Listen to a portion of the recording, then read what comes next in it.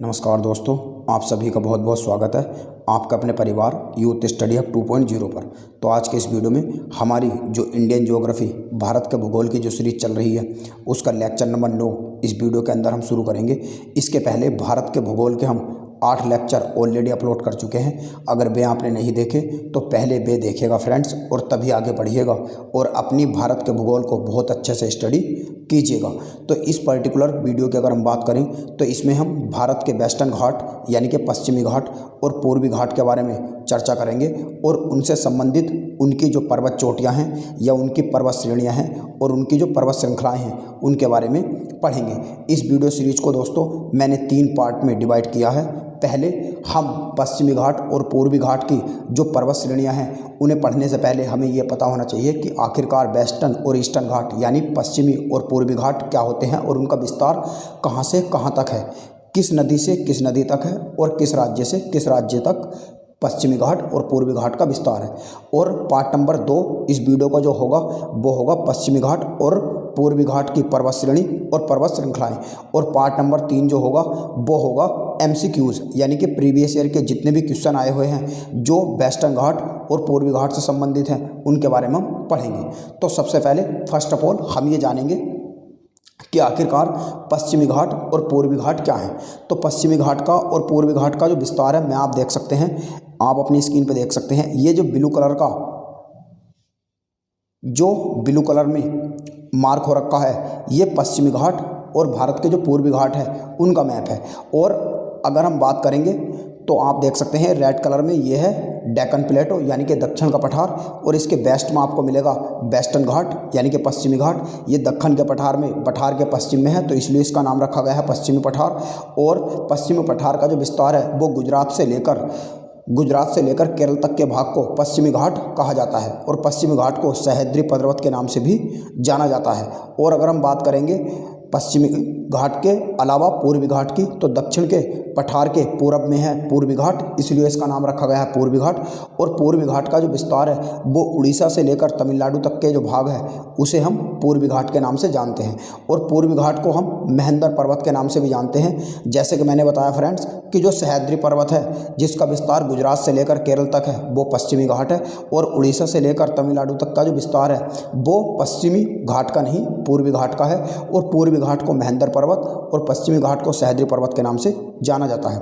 अगर हम बात करें पूरे पश्चिमी घाट की ऊंचाई की तो पूरे पश्चिमी घाट की ऊंचाई 1200 मीटर है तथा लंबाई कितनी है 1600 मीटर है। और उसके पूर्वी घाट की अगर हम बात करेंगे तो पूर्वी घाट की जो औसत ऊंचाई है वो 1600 मीटर है। अगर हम फॉर्मेशन ऑफ वेस्टर्न और ईस्टर्न घाट की बात करें तो ऐसा माना जाता है कि जब टेक्टोनिक प्लेट आपस में टकराई थी तो उसके कारण जो लावा और बेसाल्ट निकला था तो इसी के कारण भारत के हिमालय पर्वत का और पश्चिमी और पूर्वी घाट का निर्माण हुआ था। और मैं आपको ये बता दूं फ्रेंड्स कि जो पूर्वी घाट है तो पूर्वी घाट जो है वो ऊंचाई इसलिए कम है पूर्वी घाट की पश्चिमी घाट से, क्योंकि पूर्वी घाट का जो है वो एक डिसकंटिन्यू पर्वत श्रेणी है। डिसकंटिन्यू पर्वत श्रेणी का मतलब क्या है कि ये जो श्रेणी है ये जो पूर्वी घाट है वो एक डिसकंटिन्यू पर्वत श्रेणी इसलिए है क्योंकि यहाँ पे जो गोदावरी नदी है और महानदी है और कावेरी नदी है इनका विस्तार पाया जाता है जो बंगाल की खाड़ी में गिरती हैं। तो ये पूर्वी घाट को काटकर बंगाल की खाड़ी में गिरती हैं, इसीलिए इसका जो विस्तार है वो पश्चिमी घाट की अपेक्षा कम है और ये उससे ऊंचाई में भी कम है। इसीलिए अब आप पूर्वी घाट और पश्चिमी घाट के बारे में आपस में समझ गए होंगे। अब हम बात करेंगे कि जो वेस्टर्न घाट है उसे कितने भागों में डिवाइड करा गया है। तो वेस्टर्न घाट को मैं बता दूं दोस्तों, वेस्टर्न घाट को 3 भागों में डिवाइड करा गया है। वैसे तो किसी किसी किताब में आपको 2 भागों में मिल जाएगा और किसी किसी किताब में आपको 4 भागों में मिल जाएगा, मगर हम यहाँ पे जो बांट कर पढ़ेंगे वे 3 भागों में बांट कर पढ़ेंगे। वैसे तो वेस्टर्न घाट जो है और वेस्टर्न घाट के जो तट हैं वे दोनों के बारे में मैं इसमें बता दूंगा। वेस्टर्न घाट को सबसे पहले जो गुजरात का जो तट है उसे हम काठियावाड़ तट भी कहते हैं, जिसे गुजरात तट के नाम से भी जाना जाता है। और दूसरा जो तट है वो कोंकण तट है जिसका विस्तार गुजरात से लेकर कर्नाटक तक का जो भाग है उसे हम कोंकण तट कहते हैं, या इसे हम नदन वेस्टर्न घाट भी कहते हैं यानी कि नॉर्थ वेस्टर्न घाट भी कहते हैं। और नंबर 2 जो यानी कि मिडिल वेस्टर्न घाट है और जो साउथ वेस्टर्न घाट है, उन्हें दोनों को मिलाकर जो मालाबार तट बनता है उसका विस्तार कर्नाटक से लेकर केरल तक है। आप अपने स्क्रीन पर देख सकते हैं। तो वेस्टर्न घाट को 3 भागों में बांटा गया है, नॉर्दर्न वेस्टर्न घाट, मिडिल वेस्टर्न घाट और साउथ वेस्टर्न घाट। और जो नॉर्दर्न वेस्टर्न घाट है उसे काठियावाड़ तट से लेकर जो कोंकण तट तक का भाग है वहाँ नॉर्दर्न वेस्टर्न घाट है, और मिडिल वेस्टर्न घाट और साउथ वेस्टर्न घाट का जो विस्तार है वो मालाबार तट तक का है, जिसका विस्तार कर्नाटक से लेकर केरल तक माना जाता है। अगर हम बात करेंगे ईस्टर्न घाट की, तो ईस्टर्न घाट को भी 3 भागों में बांटा गया है। सबसे पहले उड़ीसा का जो तट है जिसे हम उत्कल तट के नाम से जानते हैं, और दूसरा जो है वो आंध्र प्रदेश का जो तट है जिसे आंध्र तट या आंध्र प्रदेश राज्य का जो क्षेत्र है, और तीसरा जो है फ्रेंड्स वो है कोरामंडल तट, जिसे हम केरल राज्य और तमिलनाडु राज्य का तक सीमित है, और स्पेसिफिकली जो कोरामंडल तट है वो तमिलनाडु राज्य तक सीमित है। तो अब आप समझ गए होंगे कि वेस्टर्न घाट और ईस्टर्न घाट का विस्तार कहाँ से कहाँ तक है, और वेस्टर्न घाट और ईस्टर्न घाट का जो निर्माण हुआ था वो बेसाल्ट चट्टानों और प्लेट टेक्टोनिक प्लेटों के आपस में भ्रंश, यानी कि जो भ्रंश घाटियाँ हैं जब वे आपस में टकराई थी और उनका जो मलबा है वो खसक के ऊपर उठ गया था, तो उसी के कारण वेस्टर्न और ईस्टर्न घाट का निर्माण हुआ है। और वेस्टर्न और ईस्टर्न घाट को 3 भागों में बांटा गया है। कौन कौन से भाग हैं ये मैंने आपको बता दिया। अब हम पढ़ेंगे जो वेस्टर्न घाट है वो ईस्टर्न घाट के तुलना में दोस्तों ऊंचा है, और ईस्टर्न घाट जो है ये कम ऊंचा है। और मैं बता दूं दोस्तों, जो वेस्टर्न घाट है, वेस्टर्न घाट जो है ये एक बलित पर्वत यानी कि नवीन पर्वत या मोड़दार पर्वत का उदाहरण है। जो हिमालय पर्वत भी है, हिमालय पर्वत भी नवीन पर्वत का उदाहरण है, तो ये आप ध्यान से समझिएगा। और अगर मैं बात करूंगा पश्चिमी एवं पूर्वी घाट में बहने वाली नदियों की, तो पश्चिमी घाट और पूर्वी घाट में बहने वाली नदियों को हम दक्षिण भारत की नदियाँ भी कहते हैं। और मेनली इनमें 4 नदी आती हैं, जैसे कि मैंने आपको बताया, गोदावरी नदी, महानदी और कावेरी नदी, और जो कृष्णा नदी है। इनका विस्तार ये पश्चिम यानी कि पश्चिम से पूर्व की ओर है। इन चारों नदी का विस्तार महानदी, गोदावरी, कृष्णा और कावेरी। और इसीलिए जो ईस्टर्न घाट पर्वत श्रेणी है या पूर्वी घाट की जो पर्वत श्रेणी है वे डिसकंटिन्यू पर्वत श्रेणी इसीलिए है क्योंकि ये जो भाग है ईस्टर्न घाट का ये इन नदियों के कारण कट जाता है, कट छँट कर छोटा या पतला हो जाता है। इसीलिए यहाँ पर कोस्टल प्लेन भी पाए जाते हैं, यानी कि पर्वतीय मैदान भी पाए जाते हैं। तो दक्षिण भारत की 4 नदियाँ हैं, और ये चारों की चारों नदियाँ दोस्तों बंगाल की खाड़ी में गिरती हैं, ये भी आपको याद रखना है। और यहाँ पर गुजरात के जो तापी नदी है, जहाँ से गुजरात में तापी नदी निकलती है, वहाँ से लेकर जो केरल का कन्याकुमारी है वहाँ तक विस्तार माना जाता है किसका, पश्चिमी घाट का। और उड़ीसा से लेकर तमिलनाडु तक का जो विस्तार माना जाता है वो माना जाता है किसका, पूर्वी घाट का। और अगर हम बात करेंगे बंगाल की खाड़ी में गिरने वाली नदियों की, तो बंगाल की खाड़ी में ये चारों की चारों नदियाँ गिरती हैं। और इन्हें कैसे याद करना है मैंने आपके लिए ट्रिक भी लिख दी है। कृष्णा का गोद महान है। कृष्णा का मतलब कृष्ण नदी, का मतलब कावेरी नदी, गोद का मतलब गोदावरी नदी, और महागन का मतलब है महानदी, जो चारों की चारों बंगाल की खाड़ी में गिरती हैं। अब आप अच्छे से समझ गए होंगे कि पश्चिमी घाट और पूर्वी घाट क्या है और इनमें बहने वाली नदियों को कैसे याद करना है। यानी कि जो पश्चिम से पूर्व की ओर बहने वाली नदियां हैं जो ईस्टर्न घाट को काटकर बंगाल की खाड़ी में गिर जाती हैं, और जबकि तापी नदी जो है, तापी नदी जबकि बहती तो तापी नदी भी पश्चिम, यानी कि तापी नदी जो है वो पूर्व से पश्चिम बहती है, और इसीलिए खंबात की खाड़ी में, यहाँ पर खंबात की खाड़ी मिलेगी, वहाँ पर गिर जाती है कौन, ताप्ती नदी या तापी नदी। अब हम बात करेंगे फ्रेंड्स पश्चिमी घाट की पर्वत श्रेणी के बारे में, और उसके बाद में हम पढ़ेंगे पूर्वी घाट की पर्वत श्रेणी। और इसके बाद में जो पार्ट नंबर 3 होगा इस वीडियो का वो होगा MCQs बेस, यानी कि पूर्वी घाट और पश्चिमी घाट से जो संबंधित प्रश्न हैं, जो प्रीवियस ईयर के क्वेश्चन हैं आए हुए हैं, वे भी हम देखने की कोशिश करेंगे। तो सबसे पहले हम पढ़ेंगे पश्चिमी घाट की पर्वत श्रेणी। तो पश्चिमी घाट का विस्तार मैंने क्या बताया, जैसे आपको ये 1600 किलोमीटर तक का है, ये आप देख सकते हैं इस मैप में, ये पश्चिमी घाट है। और पश्चिमी घाट की जो सबसे ऊंची चोटी है वो कौन सी है वो भी मैं आपको बताऊंगा, मगर अभी के लिए आप ये समझिएगा कि कालासुवाई जो पर्वत चोटी है ये महाराष्ट्र में स्थित है, महाराष्ट्र में स्थित है, ये आप देख सकते हैं, ये महाराष्ट्र में स्थित है, और इसकी जो ऊंचाई है वो 1646 मीटर है। दूसरे नंबर पर यानी कि जो कालसवाई की चोटी है, कालसवाई की चोटी के नीचे ही तुरंत एकदम मिलेगी महाबलेश्वर पर्वत श्रेणी, जो महाराष्ट्र में है। और कृष्णा नदी जो है वो यहीं से निकलती है, जो बंगाल की खाड़ी में गिर जाती है, और कृष्णा नदी यहीं से निकलती है जैसे कि मैंने आपको बताया। तो ये कालसुबाई की जो चोटी है महाराष्ट्र में उसके नीचे पड़ती है। नेक्स्ट हम बात करेंगे महाराष्ट्र के त्र्यंबकेश्वर से भी दोस्तों एक नदी निकलती है जिसका नाम है गोदावरी नदी। और गोदावरी मैं ये क्यों बता रहा हूँ, क्योंकि महाराष्ट्र का जो त्र्यंबकेश्वर है जहाँ पे एक मंदिर भी है, तो वहाँ से गोदावरी नदी निकलती है। और गोदावरी नदी जो है त्र्यंबकेश्वर में ये ब्रह्मगिरी की पहाड़ियों में स्थित है, जो कर्नाटक में भी है। यानी कि ब्रह्मगिरी की पहाड़ी दोस्तों दो जगह हैं, एक तो महाराष्ट्र में भी है और कर्नाटक में भी है। और ब्रह्मगिरी की पहाड़ी जो है ये कर्नाटक के कुर्ग जिले में स्थित है, और यहाँ से कावेरी नदी निकलती है जो बंगाल की खाड़ी में गिरती है। तो ये आपको याद रखना कि महाराष्ट्र का जो त्र्यंबकेश्वर है वहाँ से गोदावरी नदी निकलती है, और वहाँ पर भी ब्रह्मगिरी की पहाड़ी स्थित है। और ब्रह्मगिरी की पहाड़ी दो जगह स्थित है, कर्नाटक में और महाराष्ट्र में। और ब्रह्मगिरी की पहाड़ी जैसे कि आप ये देख सकते हैं, ये ब्रह्मगिरी की पहाड़ी है जो महाराष्ट्र में है, और ये इनका विस्तार कर्नाटक में भी है। तो ब्रह्मगिरी की पहाड़ी दो राज्यों में पाई जाती है, महाराष्ट्र और कर्नाटक। महाराष्ट्र में त्र्यंबकेश्वर में, और जो कर्नाटक है उसके कुर्ग जिले में। तो ये आप याद रखिएगा। और इसी प्रकार अगर मैं महेंद्रगिरी की पर्वत श्रेणी की बात करूंगा, यानी कि कुछ पर्वत श्रेणी ऐसी हैं जो एक से अधिक राज्यों में पाई जाती हैं, मगर उनका विस्तार एक से अधिक राज्यों में नहीं है, उनका विस्तार भी अलग अलग है, मगर उन्हें नाम सेम दे दिया गया है। तो ये आप ध्यान से लेक्चर को सुनिएगा, कंफ्यूज होने की कोशिश ना करिएगा।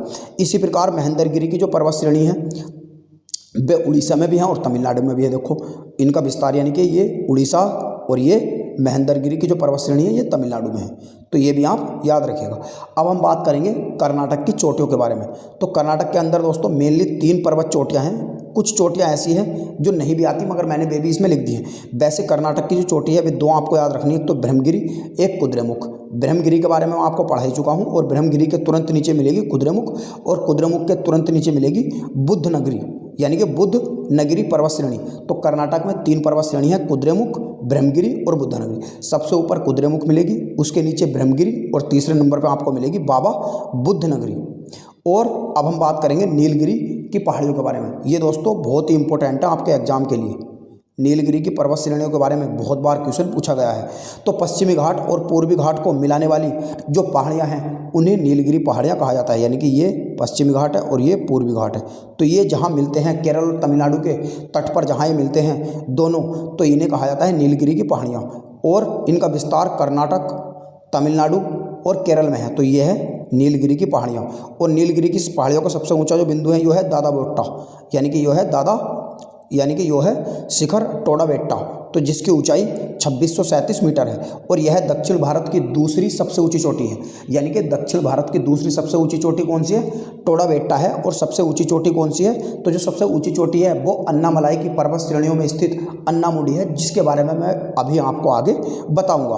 और ये बता दूं मैं, अन्नामुडी के बाद में ये दूसरी सबसे ऊंची चोटी है। सबसे ऊंची चोटी है अन्नामुडी, और अन्नामुडी किसका भाग है? अन्नामलाई पर्वत श्रेणी का।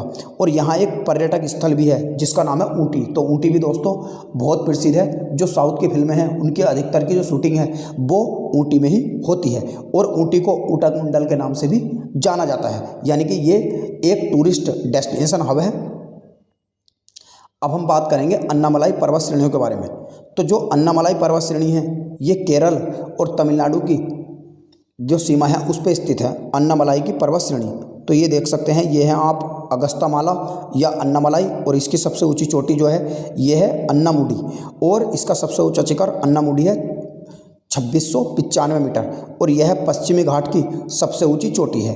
अन्नामलाई और नीलगिरी की पहाड़ियों के बीच में एक मेम्पला घाट दर्रा पड़ता है, यानी कि मेम्पला घाट दर्रा पड़ता है। जो दर्रे वाली वीडियो है उसमें हम जो बाल घाट दर्रा है, मेम्पला घाट दर्रा है, जोजिला दर्रा है, और जितने भी दर्रे हैं उनके लास्ट में लाख क्यों लगता है, ये सभी हम आने वाले वीडियो में चर्चा करेंगे। इसके नेक्स्ट वीडियो जो होगी वो दर्रे यानी कि माउंटेन पासेस ऑफ इंडिया के बारे में ही होगी। तो ये भी आप याद रखिएगा। नेक्स्ट हम बात करेंगे पालनी पहाड़ियों की। तो जो पालनी की पहाड़ियाँ हैं ये अन्नामलाई पहाड़ियों के नीचे पड़ती हैं, यानी कि अन्नामलाई की पहाड़ी जो है ये है अन्नामलाई की पहाड़ी, और इनके नीचे हैं ये हैं पालनी की पहाड़ी, और ये तमिलनाडु राज्य में स्थित है। और यहाँ पे एक पर्यटक स्थल है जिसका नाम है कोडाई कनाल। तो कोडाई कनाल कहाँ मिलेगा आपको? तो कोडाई कनाल जो है फ्रेंड्स यो मिलेगा आपको तमिलनाडु के अंदर पालनी की पहाड़ियों में, जो एक टूरिस्ट डेस्टिनेशन हब है। नेक्स्ट है इलायची या कार्डमम की पहाड़ियाँ। तो इलायची और कार्डमम की जो पहाड़ियाँ हैं यो केरल और तमिलनाडु की सीमा पर स्थित है, और यहाँ एक दर्रा पड़ता है जिसका नाम है सैनकोट्टा दर्रा, सैनकोट्टा दर्रा, जो त्रिवेंद्रम को मदुराई से जोड़ता है, यानी कि त्रिवेंद्रम को मदुराई से जोड़ने का जो काम करता है वो कौन करता है?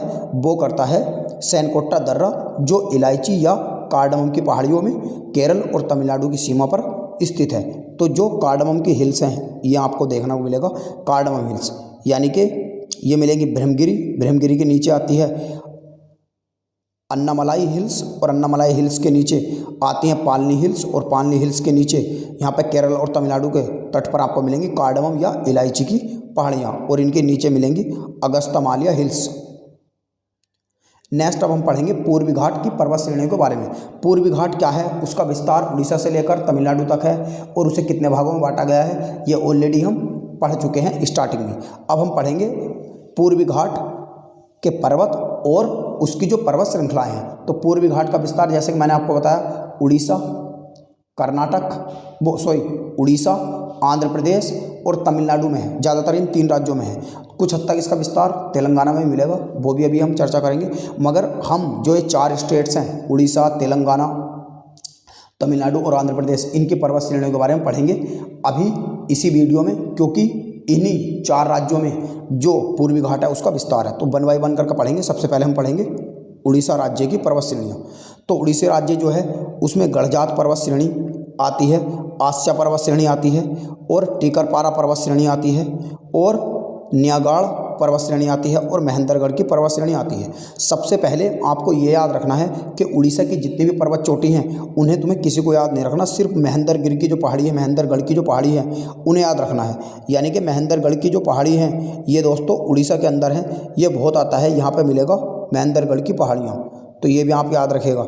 महेंद्रगिरी नहीं, ये महेंद्रगिरी है, महेंद्रगिरी के ऊपर मिलेंगी आपको महेंद्रगढ़ की पहाड़ियाँ जो उड़ीसा राज्य में स्थित है। नेक्स्ट महेंद्रगिरी की अगर हम बात करेंगे तो महेंद्रगिरी की जो पहाड़ियाँ हैं ये भी उड़ीसा राज्य में स्थित है, और ये इसलिए प्रसिद्ध हैं क्योंकि भगवान विष्णु के जो छठे अवतार थे जिनका नाम था परशुराम, वे यहाँ पे अभ्यास करते थे, और इसका जिक्र पुराणों में मिलता है। तो इसीलिए महेंद्रगिरी की जो पहाड़ियाँ हैं ये स्थित हैं कहाँ? उड़ीसा में, और इसीलिए ये प्रसिद्ध भी हैं। ये क्यों प्रसिद्ध है? भगवान परशुराम जो छठे अवतार थे भगवान श्री कृष्ण के, उनके वे यहाँ अभ्यास करते थे, इसलिए ये प्रसिद्ध है महेंद्रगिरी की पहाड़ियाँ। नेक्स्ट अब हम पढ़ेंगे आंध्र प्रदेश की पहाड़ियों के बारे में। तो आंध्र प्रदेश की पहाड़ियाँ सबसे पहले है एरामलाई, ये आप देख सकते हैं, ये है एरामलाई हिल्स। नेक्स्ट है बेलिकोंडा हिल्स, यानी कि जो बेलिकोंडा हिल्स है ये कहाँ मिलेंगे आपको? ये मिलेंगे आपको आंध्र प्रदेश में, बेलिकोंडा हिल्स। और तीसरे नंबर पर जो पालकोंडा हिल्स है, पालकोंडा हिल्स ये आपको मिलेंगी आंध्र प्रदेश के वेस्ट में। और नेक्स्ट है नगरी हिल्स, तो ये आपको ध्यान रखना है। इसमें दोस्तों वैसे 2 जो हिल्स हैं पहाड़ियाँ भी आपको याद रखनी है, एक तो एरामलाई की और एक पालकोंडा की, ये एग्जाम में पूछी गई हैं और आ सकती है। तो ये है एरामलाई हिल्स और ये है पालकोंडा हिल्स। इनके अलावा और भी जो हिल्स हैं वो भी यहाँ पर पाई जाती है, और कहामान जो पठार है वो भी यहाँ पर पाया जाता है। तो और भी बहुत सारी पर्वत श्रेणियाँ हैं जो पाई जाती हैं, और ये ईस्टर्न घाट में स्थित है कौन? आंध्र प्रदेश। तो ये भी आप याद रख लिए। और नंदल वैली जो है ये भी आंध्र प्रदेश में आपको मिलेगी, ये भी आप याद रखने का। और शेषचलम जो पर्वत श्रेणी है वो भी, या पहाड़ियाँ हैं शेषचलम की, तो ये भी आपको मिलेंगी। शेषचलम, कार्डमम नहीं, यानी कि इलायची की और कार्डमम की पहाड़ी में केरल तमिलनाडु के तट पर है। शेषचलम की जो पर्वत श्रेणी है ये आंध्र प्रदेश में मिलेगी, या पहाड़ी। नेक्स्ट है तमिलनाडु की पहाड़ी। तो तमिलनाडु की पहाड़ी जो है ये एक तो जावेदी की पहाड़ी, यानी कि जावेदी पहाड़ी ये आप देख सकते हैं ये, और नेक्स्ट सेवरम की पहाड़ी, ये 2 ही आपको याद रखनी है। सेवा यानी कि सेवराम की पहाड़ी, या सेवराय भी सब बोलते हैं। तो ये तमिलनाडु के अंदर 2 आपको ज़्यादातर याद रखनी है, जावेदी पहाड़ी और सेवराय पहाड़ी। और भी अगर याद रख लें जैसे सेरुमलाई पहाड़ी, पंचमलाई पहाड़ी, तो ये भी आप याद रख सकते हैं, ये भी तमिलनाडु के अंदर मिलेंगी। अब हम दोस्तों PYQ देखने की कोशिश करते हैं कि जो प्रीवियस ईयर के क्वेश्चन आए हुए हैं वेस्टर्न और ईस्टर्न घाट से संबंधित, वे अब हम पढ़ेंगे, और आप इसे टेस्ट के रूप में भी ले सकते हैं। आपने कितना पढ़ा ये सब अब हम आगे देखने की कोशिश करेंगे। तो सबसे पहला है क्वेश्चन हमारा कि दक्षिण भारत की सबसे ऊंची चोटी कौन सी है? तो दक्षिण भारत की सबसे ऊंची चोटी जो है ये अन्नामलाई पर्वत श्रेणी में स्थित है, जिसका नाम है अन्नामुडी। तो ये है अन्नामुडी, और जिसकी जो ऊंचाई है वो 2695 मीटर है, जो कि मैं आपको बता चुका हूँ। और ये कहाँ पर स्थित है? ये जो केरल है, केरल के इडुक्की जिले में आपको मिलेंगी, केरल के इडुक्की जिले में आपको मिलेंगी। नेक्स्ट दूसरा क्वेश्चन है निम्नलिखित में से कौन एक कर्नाटक, केरल एवं तमिलनाडु राज्यों के मिलन स्थल पर आधारित है। यानी कि केरल, तमिलनाडु और जो कर्नाटक है उनके मिलन पर जो स्थित है वो आपको बताना है कौन सा है।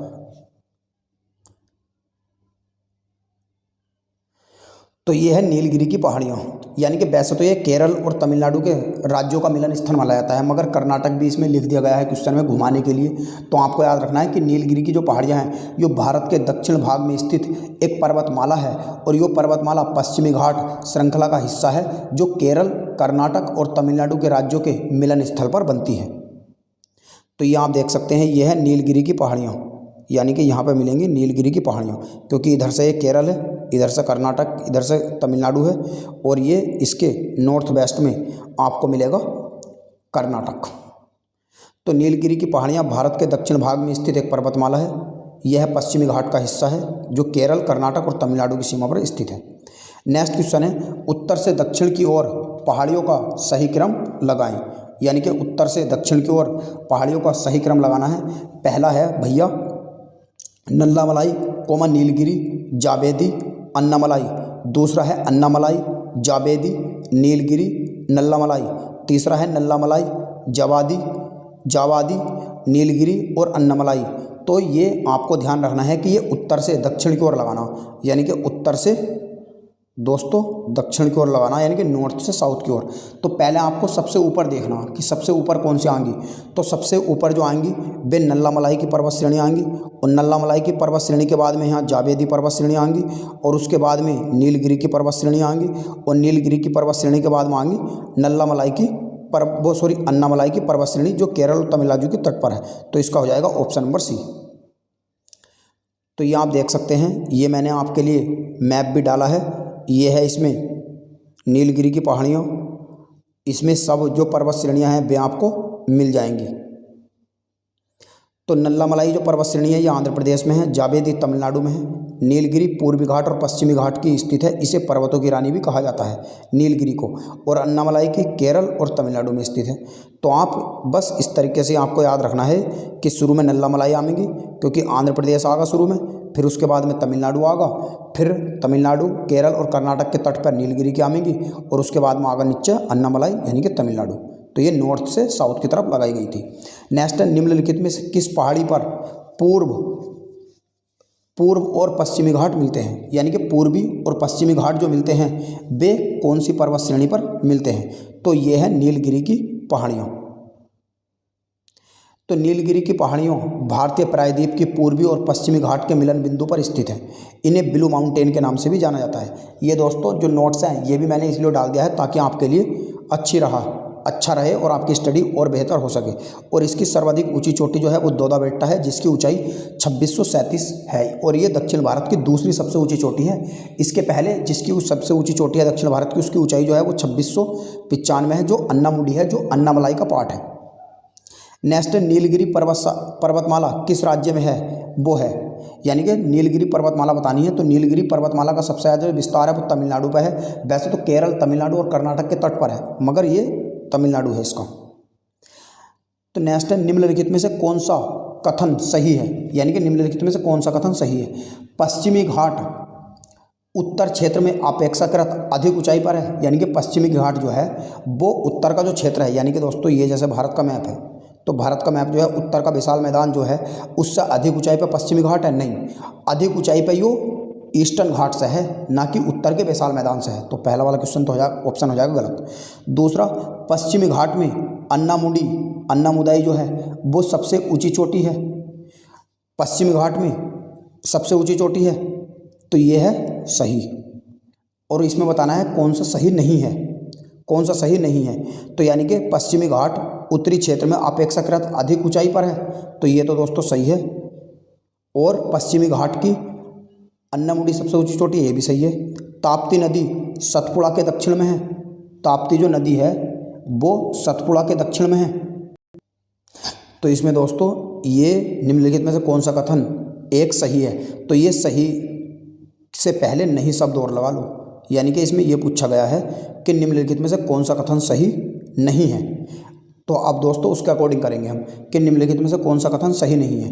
तो ऑप्शन नंबर ए जो है ना इसका वो गलत हो जाएगा, क्योंकि पश्चिमी घाट जैसे कि मैंने आपको बताया उत्तरी क्षेत्र में अपेक्षाकृत अधिक ऊंचाई पर है। जो उत्तर का विशाल मैदान है ना उससे ऊंचा नहीं है, उससे नीचा है, तो ये आपको याद रखना है। और पश्चिमी घाट में सबसे ऊंची चोटी अन्नामुदी है, ये तो सही है। ताप्ती नदी सतपुड़ा का भाग है, ये भी सही है। ताप्ती नदी और नर्मदा नदी जो नदी घाटियां हैं पुरानी रिफ्ट घाटियों की मानी जाती हैं, तो ये भी सही है। तो इसका ऑप्शन नंबर ए हो जाएगा, क्योंकि पश्चिमी घाट की जो ऊंचाई है वो उत्तर क्षेत्र या उत्तर विशाल के जो मैदान हैं उनसे क्या है अधिक ऊंचाई नहीं है, कम है। तो इसमें यह बताना था कि कौन सा सही नहीं है, तो नहीं है लगा लियो। नेक्स्ट क्वेश्चन है महाराष्ट्र और कर्नाटक में पश्चिमी घाट कहलाते हैं, यानी कि महाराष्ट्र और कर्नाटक में जो पश्चिमी घाट कहलाते हैं वे सह्याद्री माउंटेन कहलाते हैं, सह्याद्री पर्वत के नाम से जाना जाता है। नेक्स्ट है कार्डमम की पहाड़ियाँ जिन राज्यों की सीमाओं पर स्थित हैं उनका नाम क्या है। तो कार्डमम जो है ये केरल और तमिलनाडु के तट पर है। तो कार्डमम की पहाड़ियाँ दक्षिण भारत की पर्वत श्रेणी है, यह अन्नामलाई की दक्षिण में स्थित है और यहाँ पर इलायची का अत्यधिक उत्पादन होता है, जिसके कारण इन्हें इलायची पहाड़ियों के नाम से भी जाना जाता है। नेक्स्ट है दक्षिण भारत की सबसे ऊंची चोटी है। तो दक्षिण भारत की जो सबसे ऊंची चोटी है वो तो कार्डमम की है, यानी कि कार्डमम हो जाएगी। कार्डमम या कार्डमम पर्वत श्रेणी दक्षिण भारत में दक्षिणी पश्चिमी घाट के केरल के दक्षिण पूर्वी हिस्से में स्थित है, यह तमिलनाडु में स्थित है। यो भी आपको याद रखना। वैसे तो अन्नामुदी है दक्षिण भारत की, मगर अन्नामुदी इसमें ऑप्शन नहीं है। नेक्स्ट है सेवराई की पहाड़ियाँ जो हैं वे स्थित है। तो सेवराई की जो पहाड़ियाँ स्थित है ये तमिलनाडु में स्थित है, सेवराई की पर्वत। और समुद्र तल से ऐसा माना जाता है कि 4000 से 5000 फीट ऊंचे पठार के संलग्न के कारण जो सेवराई की पहाड़ियाँ हैं तमिलनाडु में स्थित उनका जन्म हुआ है। नेक्स्ट है निम्नलिखित में से कौन सा क्रम सही है और सही विकल्प को चुनिए, यानी कि आपको ये बताना है कि निम्नलिखित में से निम्नलिखित पर विचार करें और सही विकल्प चुनें। तो एक तरफ इसमें पहाड़ियों के नाम लिखे गए हैं और एक तरफ इसमें क्षेत्र का नाम लिखा गया है। तो कार्डमम की जो पहाड़ियाँ हैं वे कोरोमंडल तट का भाग है, कोंकण तट का भाग है, मध्य भारत का पार्ट है या पूर्वोत्तर भारत का पार्ट है। तो ये आपको बताना है। तो इसमें बताना कि कौन सा सही है। तो कार्डमम की जो पहाड़ियाँ हैं वे कोरोमंडल तट पर है। दूसरा कैमूर की जो पहाड़ियाँ हैं वे कोंकण तट पर हैं। महादेव मध्य भारत में और मिकिर जो है ये पूर्वोत्तर भारत में। तो इसका हो जाएगा दोस्तों ऑप्शन नंबर सी। 3 और 4 सही है, क्योंकि महादेव की जो पहाड़ियाँ हैं वे मध्य भारत में स्थित है, क्योंकि मध्य प्रदेश में स्थित है। और मिकिर की जो पहाड़ी हैं ये पूर्वोत्तर भारत में स्थित है, क्योंकि कार्डमम की जो पहाड़ियाँ हैं ये केरल के दक्षिण पूर्वी तथा तमिलनाडु के दक्षिण पश्चिम भाग में स्थित है। जबकि कोरोमंडल तट जो है ये भारत के तमिलनाडु और केरल का हिस्सा है, यानी कि जबकि भारत का जो कोरोमंडल तट है ये भारत के दक्षिण पूर्वी तट रेखा में दिया गया एक नाम है। और कैमूर की जो पहाड़ियाँ हैं मध्य प्रदेश से बिहार तक इनका विस्तार है, जबकि कोंकण तट का जो विस्तार है वो भारत के दक्षिणी पश्चिमी या महाराष्ट्र व गोवा तक माना गया है। और महादेव की जो पहाड़ियाँ हैं वे मध्य प्रदेश के एक कोई एक प्रांत है उसमें स्थित हैं। और मिकिर की जो पहाड़ियाँ हैं वे भारत के असम राज्य में स्थित हैं। तो असम राज्य में स्थित है, तो असम तो पूर्वोत्तर भारत में आता है, तो ये सही है। महादेव मध्य भारत में आता है, ये सही है। मगर कैमूर की जो पहाड़ियाँ है कोंकण तट में स्थित थोड़ी ना है। कोंकण तट तो कर्नाटक और केरल वाला जो तट है वो माना जाता, तो कैमूर की पहाड़ी वहाँ पे स्थित नहीं है। और कार्डमम की पहाड़ियाँ कोरोमंडल तट नीचे है, तो ये कार्डमम की जो पहाड़ियाँ हैं ये तो तमिलनाडु में स्थित हैं, तो कोरोमंडल का तट ये भी गलत है। तो इसका हो जाएगा 3 और 4 सही है, यानी कि ऑप्शन नंबर इसका सी हो जाएगा। 3 और 4 यानी कि सी और डी। नेक्स्ट क्वेश्चन है रामगिरी की पहाड़ियाँ स्थित है, यानी कि आपको ये बताना है कि रामगिरी की जो पहाड़ियाँ हैं ये किस पर्वत श्रृंखला का भाग है। अगर यह जावे कि रामगिरी की पहाड़ियाँ कौन से राज्य में स्थित है, तो रामगिरी की पहाड़ियाँ दोस्तों आंध्र प्रदेश के एक डिस्ट्रिक्ट है जिसका नाम है, ये है आंध्र प्रदेश। तो आंध्र प्रदेश के चित्तूर डिस्ट्रिक्ट में स्थित है। और रामगिरी जी की जो पहाड़ियाँ हैं ये मैं आपको बता दूं कि जो रामगिरी की पहाड़ियाँ हैं ये छत्तीसगढ़ की जो मैकाल पर्वत श्रेणी है उसका पार्ट है, यानी कि छत्तीसगढ़ आपको ये मिलेगा। तो छत्तीसगढ़ की जो मैकाल पर्वत श्रेणी है उनका पार्ट है, तो इसका हो जाएगा मैकाल पर्वत श्रेणी। तो रामगिरी की जो पहाड़ियाँ हैं वह आंध्र प्रदेश के चित्तूरगढ़ में ज़िले में स्थित है। और मैं आपको ये बता दूं कि जो रामगिरी की पहाड़ियाँ हैं दोस्तों ये आप ये देख सकते हैं चित्तूरगढ़ में स्थित है, और यह पूर्वी घाट या महेंद्र घाट का हिस्सा है। और ये ऑप्शन में नहीं है, तो इसमें एक ऑप्शन लगा लो आप, नन ऑफ दीज। तो इसका हो जाएगा ऑप्शन नंबर ई, यानी कि रामगिरी की जो पहाड़ियाँ हैं ये मैकाल पर्वत श्रेणी का पार्ट नहीं है, विंध्याचल पर्वत श्रेणी का पार्ट नहीं है, सतपुड़ा का नहीं है, महेंद्र पर्वत का नहीं है, या इसमें आप ये भी लगा सकते हैं महेंद्र पर्वत भी लगा सकते हैं, क्योंकि जो पूर्वी घाट है दोस्तों वो महेंद्र पर्वत के नाम से जाना जाता है। तो इसका ऑप्शन नंबर आप डी लगाइएगा, ऑप्शन नंबर डी लगाइएगा इसका, नन ऑफ दीज नहीं, महेंद्र पर्वत। यानी कि रामगिरी की जो पहाड़ियाँ हैं ये पूर्वी घाट पर्वत श्रेणी का हिस्सा है और ये आंध्र प्रदेश के चित्तौड़गढ़ में स्थित है। तो इसका डी ऑप्शन लगाइएगा आप, महेंद्र पर्वत, क्योंकि महेंद्र पर्वत को ही पूर्वी घाट जाना जाता है। अगर इसमें महेंद्र पर्वत ना होता तब हम पूर्वी घाट लगा सकते थे, तब आप नन ऑफ दीज करते। तो इसका महेंद्र पर्वत सही है, कन्फ्यूज मत होइएगा। और इसके अतिरिक्त रामगिरी की पहाड़ियाँ छत्तीसगढ़ के जो मैकाल श्रेणी है उनमें भी स्थित है, ये भी आप याद रखिएगा। और मैकाल श्रेणी जो है ये सतपुड़ा श्रेणी का ही हिस्सा है। तो आप कंफ्यूज मत होइएगा इसमें, कभी आप मैकाल लगा लो और महेंद्र पर्वत लगा लो, क्योंकि मैकाल भी और महेंद्र पर्वत भी, अगर मैकाल पर्वत श्रेणी नहीं आया तो अगर दोस्तों महेंद्र पर्वत आया है तो पहले आपको महेंद्र पर्वत लगाना ऑप्शन, और महेंद्र पर्वत नहीं आता तो मैकाल भी आप लगा सकते हो, और दोनों आए तो महेंद्र पर्वत लगाना है।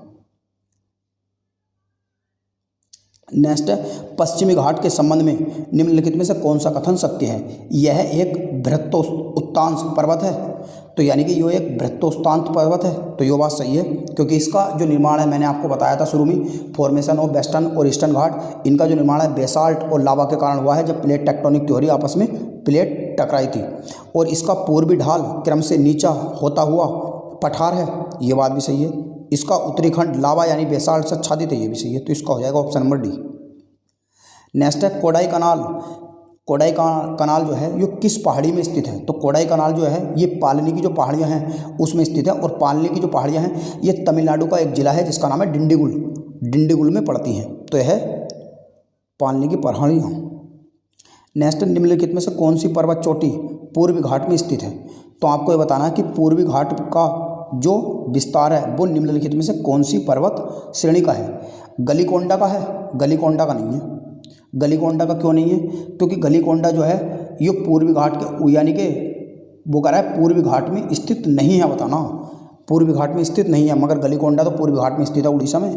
नेक्स्ट है सलहेर, यानी कि सलहेर जो है ये पूर्वी घाट की जो जिसे गलीकोंडा आंध्र प्रदेश और तमिलनाडु में है, और दूसरा है सैलेर, तीसरा है सिक्कारम, और नेक्स्ट है मधुगुला कोंडा।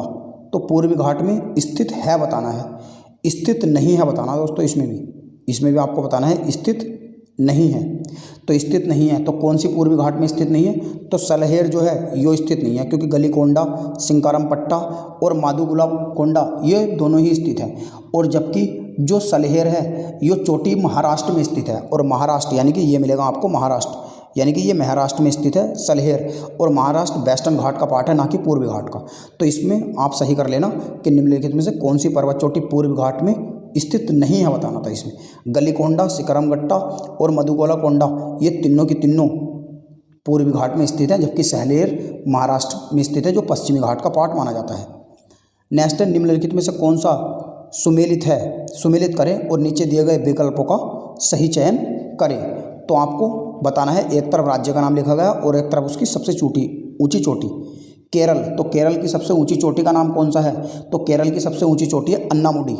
तो ए का हो जाएगा, ए का हो जाएगा 3। तो ए के नीचे 3 देख लो दोस्तों किस में है, तो ए के नीचे 3 एक में है, तो इसका हो जाएगा ऑप्शन नंबर सी। और दूसरे नंबर पे नागालैंड, तो नागालैंड की सबसे ऊंची चोटी जो है वो सारामती, तो बी का हो जाएगा 4। तो बी का 4 है, ए का 3 है। और उत्तराखंड की जो सबसे ऊंची चोटी है उसका नाम है नंदा देवी, तो इसका हो जाएगा सी का 2। और तमिलनाडु की जो सबसे ऊंची चोटी है उसका नाम है दोदा बेट्टा, तो डी का हो जाएगा इसमें 1, तो ऑप्शन नंबर सी हो जाएगा। नेक्स्ट है, कन्याकुमारी से सटी पहाड़ियाँ स्थित हैं, यानी कि कन्याकुमारी से जो सटी हुई पहाड़ियाँ हैं उनका नाम क्या है? तो वे हैं सेवराय की पहाड़ियाँ, ये हैं सेवराय की पहाड़ियाँ। और सेवराय की जो पहाड़ियाँ हैं ये कहाँ मिलेंगी आपको? तो कन्याकुमारी से सटी हुई पहाड़ियाँ हैं सेवराय की पहाड़ियाँ, और ये मिलेंगी आपको तमिलनाडु में, तमिलनाडु में ये स्थित है। तो दोस्तों आज के इस वीडियो में इतना ही। अगर आपको वीडियो पसंद आया हो तो वीडियो को अपने फ्रेंड्स के साथ शेयर करें, और अपने परिवार के जितने भी सदस्य हैं उन्हें बताएं, और चैनल को ज़रूर सब्सक्राइब करें। और आप अगर किसी पर्टिकुलर वीडियो चाहते हैं किसी टॉपिक पर, तो वो भी कमेंट में आप लिखकर हमें बता सकते हैं, और कमेंट कर ज़रूर बताएं कि आपको वीडियो कैसी लगी। और चैनल को भी अवश्य सब्सक्राइब करें। वीडियो देखने के लिए आपका बहुत बहुत धन्यवाद।